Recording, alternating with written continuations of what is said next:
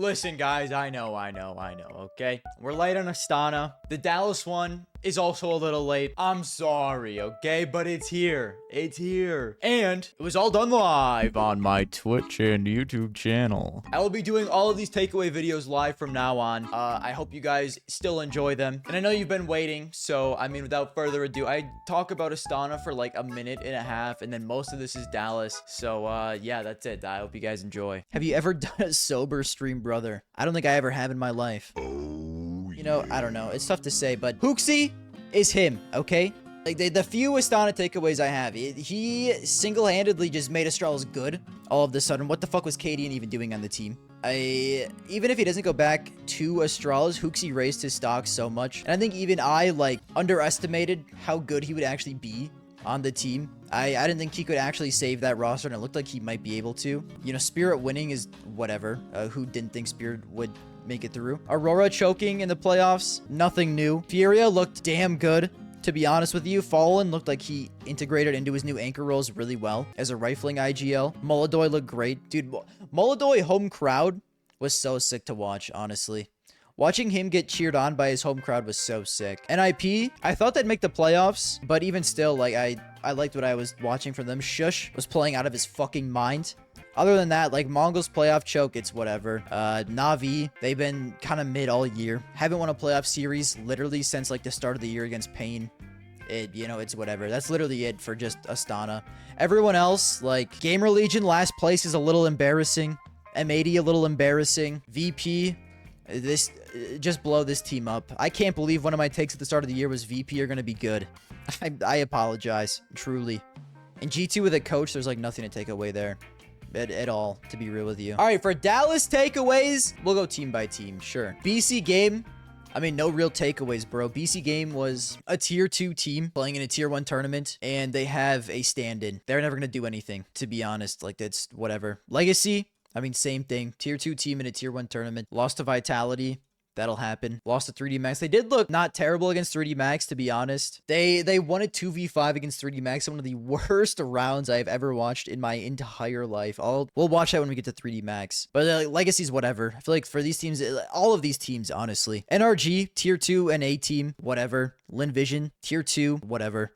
All the real takeaways are for all these teams, to be honest with you. And starting with Liquid, guys. Liquid beat Faze in the first game. Simple. Only positive player on Faze. And I've been glazing Liquid for so long.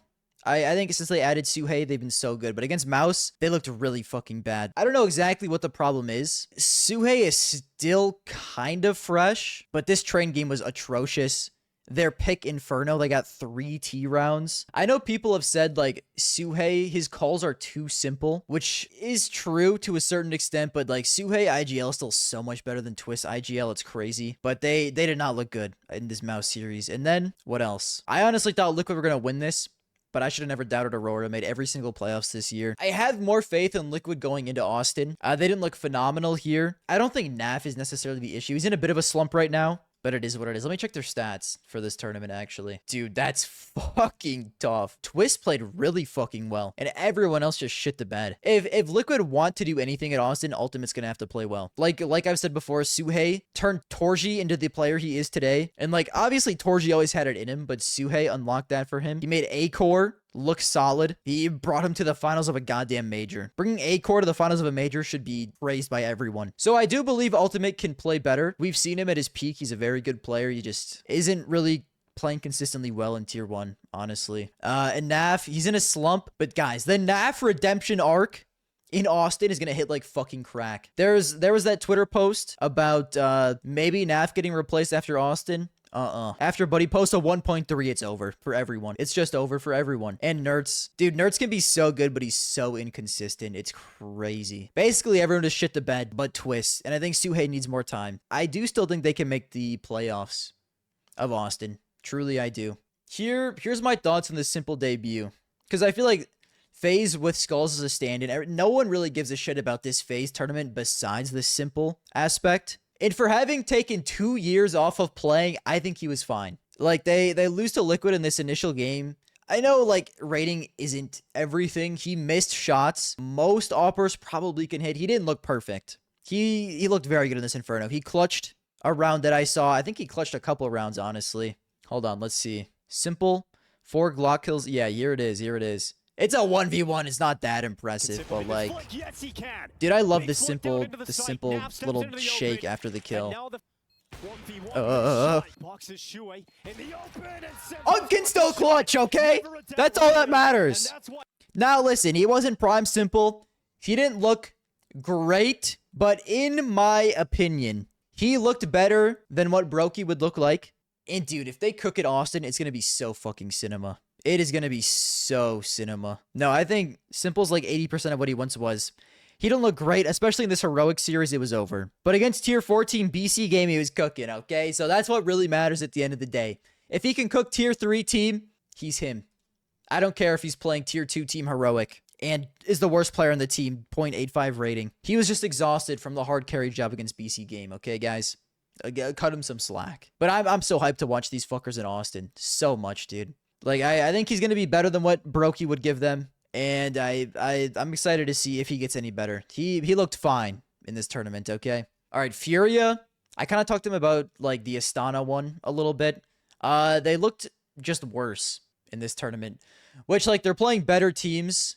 So I guess it makes sense, but like even against Gamer Legion, they just kind of looked worse. Fallen, especially. You know, if it was a honeymoon in Astana, it was a short honeymoon because it ended here. Like, they're playing Mongolz. They should have never won this in the first place. You know, play Lynn Vision, Molodoy Masterclass, and then against Gamer Legion, they lose, but it was close at least. What I'll say about Furia is I do like Furia, this current Furia lineup, so much more than the previous one, bro. Because, like, this team to me is actually interesting. Let me look at their stats. Okay, so this is mostly from one match.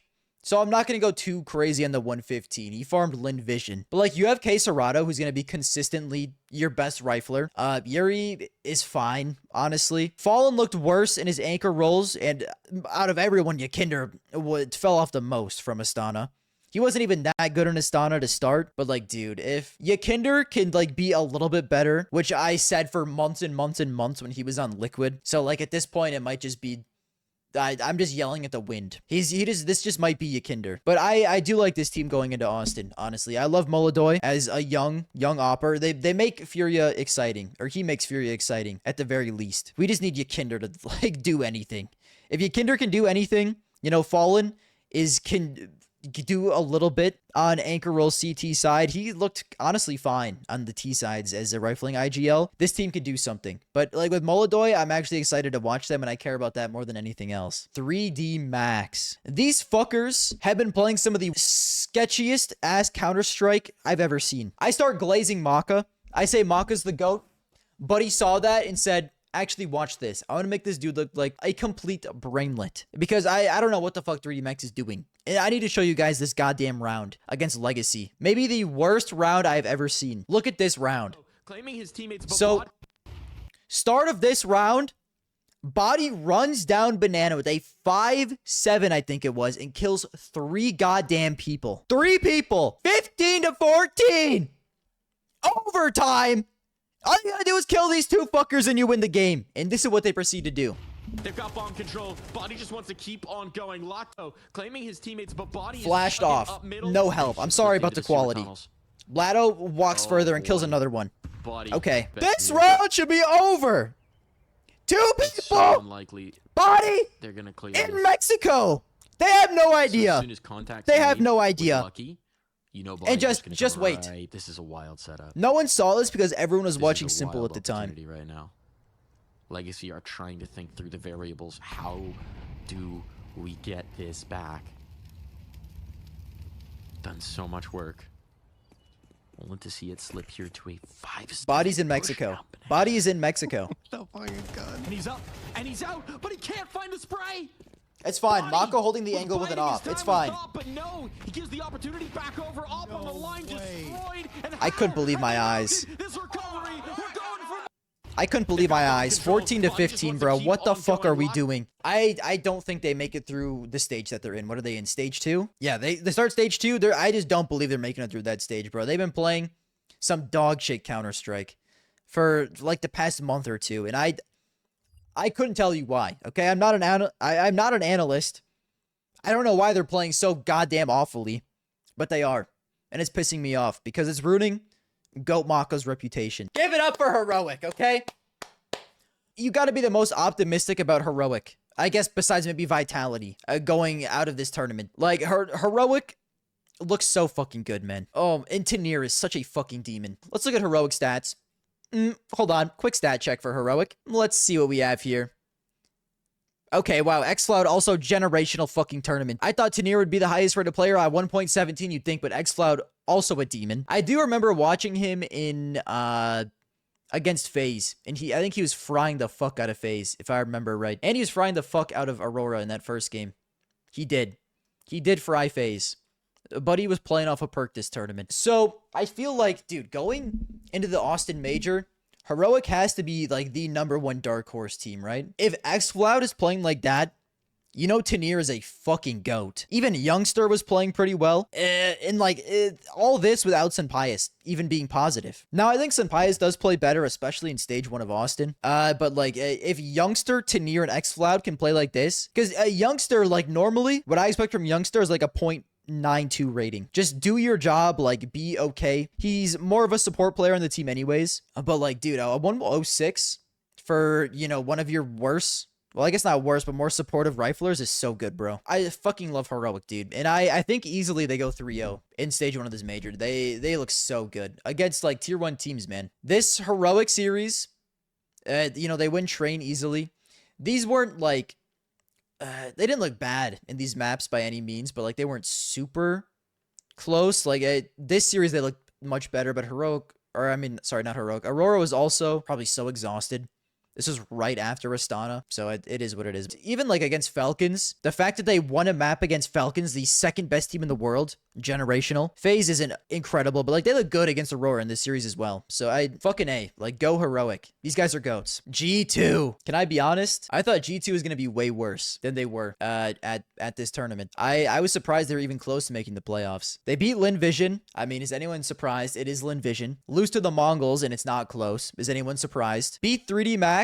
With how bad 3D Max have been playing. Mouz, generational game. Fucking Snacks, generational game. Okay, I didn't even realize this happened. I didn't even see this game. A team they should beat. A team they should lose to. A team with their current form being as it is, they should beat, and they lose to Gamer Legion. I mean, they kind of just, like, all of these results I feel like are somewhat expected, no? And I mean, this Gamer Legion series was close.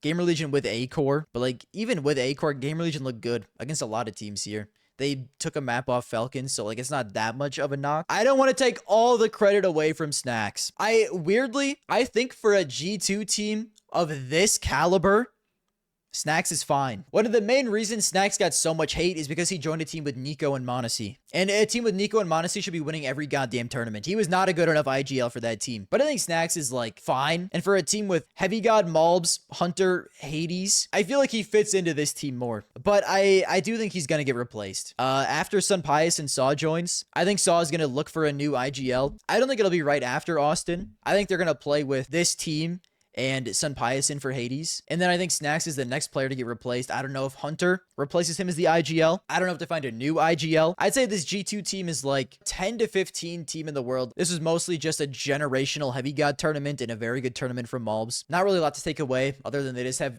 good firepower players on the team. Maybe they'll do something in Austin. I personally don't think they will. But then again, they surprised me here, so maybe they'll surprise me again. I don't know, man. We'll have to see. Aurora and Mongolz have both had playoff issues, so it kind of pisses me the fuck off that they keep playing each other in the playoffs. Let me see these boys play against someone else in the playoffs, because you can't even argue that the Mongolz got over their playoff issues because they played another team with playoff issues. You know what I'm saying? Like, Senzu, generational playoff game, that is good news. If Senzu can play better in the playoffs, Mongolz can fucking cook. Also, Wakadia playing well in the playoffs. Good fucking news. Senzu and Wakadia were the two worst playoff chokers in the entire Tier 1 scene. And in this series, both played well, which is good news. That's good news for everyone. Woxic fell off.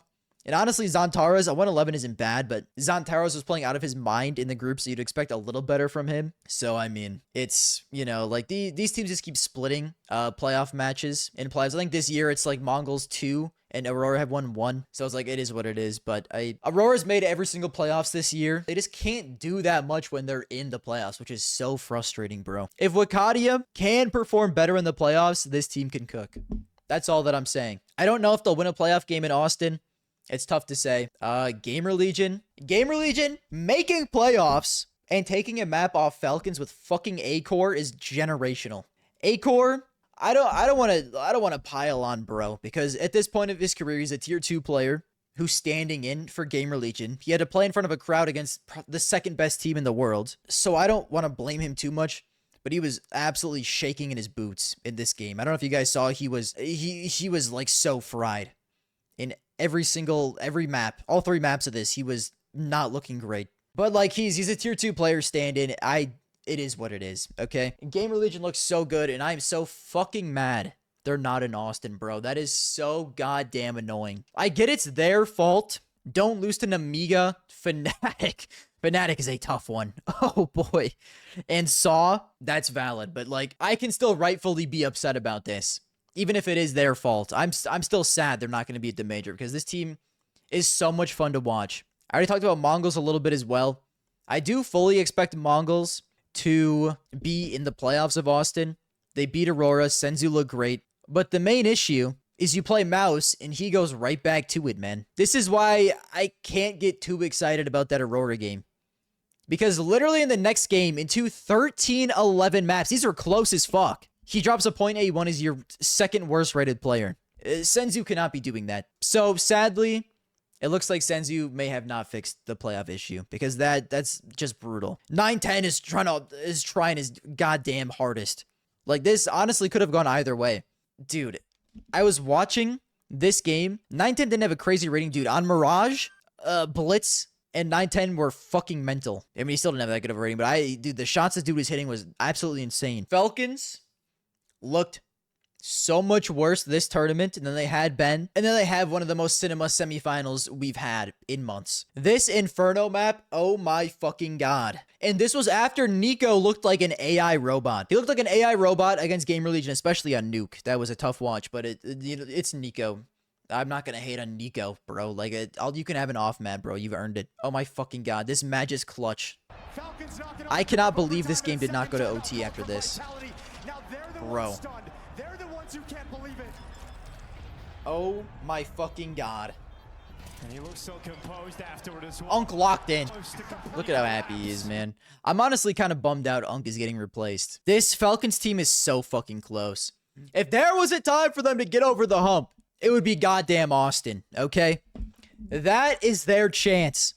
And they're so close, bro. They've been so close so many times. But the issue is, as well, they've been so close all these times, and yet they still aren't winning.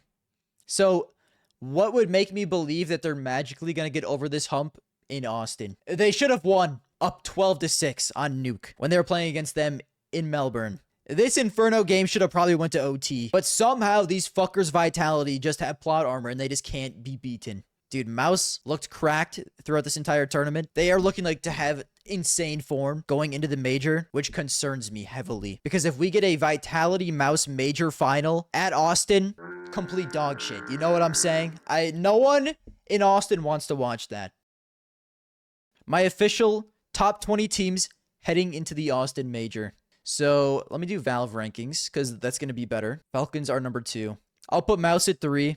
I'm putting Mouz ahead of Spirit. I'm not happy about it, though. I think Spirit, with a Donk masterclass, I can see Spirit beating Vitality. I can't see Mouz ever beating Vitality. So I want to put Spirit ahead of Mouz, but I just don't think I can. Because Mouz overall is a better team. Gun to my head, I'd take Mongolz over Aurora. I just think I believe in Mongolz more, to be honest with you. I think Aurora's fine at number 6. Guys, I'm putting Liquid at 7. I think I've seen more from Gamer Legion, so I'm gonna put them higher than Heroic. So I gotta put Gamer Legion at 8. And then 9, I'll put Heroic. Number 10, I'm gonna put Faze in 10, though. So I'll do Complexity 11. This is also NA bias. Keep that in mind. I'll put Na'Vi at 12. I think Furia 13 right now. I love this Furia team with Molodoy. What do I do with Astralis? Because we don't know if Hooksy is staying. If Hooksy's staying, I put them at 13. Them above Na'Vi. Because they did beat Na'Vi. And then I'll do Furia 14. Okay. I'll put G2 at 15. I think I actually might put G2 above Furia. even with snacks. No, I'm going to keep G2 at 15.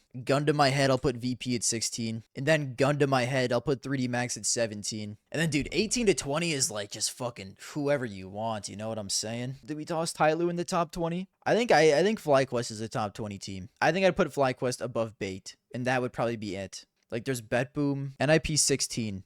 I kind of agree, to be honest. I feel like Tyloo deserved to be 20 here. But, like, MIBR is just good enough. Like, I don't like this team, but when they play at events, they do just good enough to where I can't chuck them off. But this is the list, guys. Vitality, Falcons, Mouz, Spirit, Mongolz, Aurora, Liquid, Gamer Legion, Heroic, and Faze are my top 10. And then 11 to 20. Bait's not 20, it's Tyloo. This gets a little messy, but this is my 11 to 20. Complexity, Astralis, Navi, Furia, G2, NIP, VP, 3D Max, MIBR, Tyloo. I think that's solid.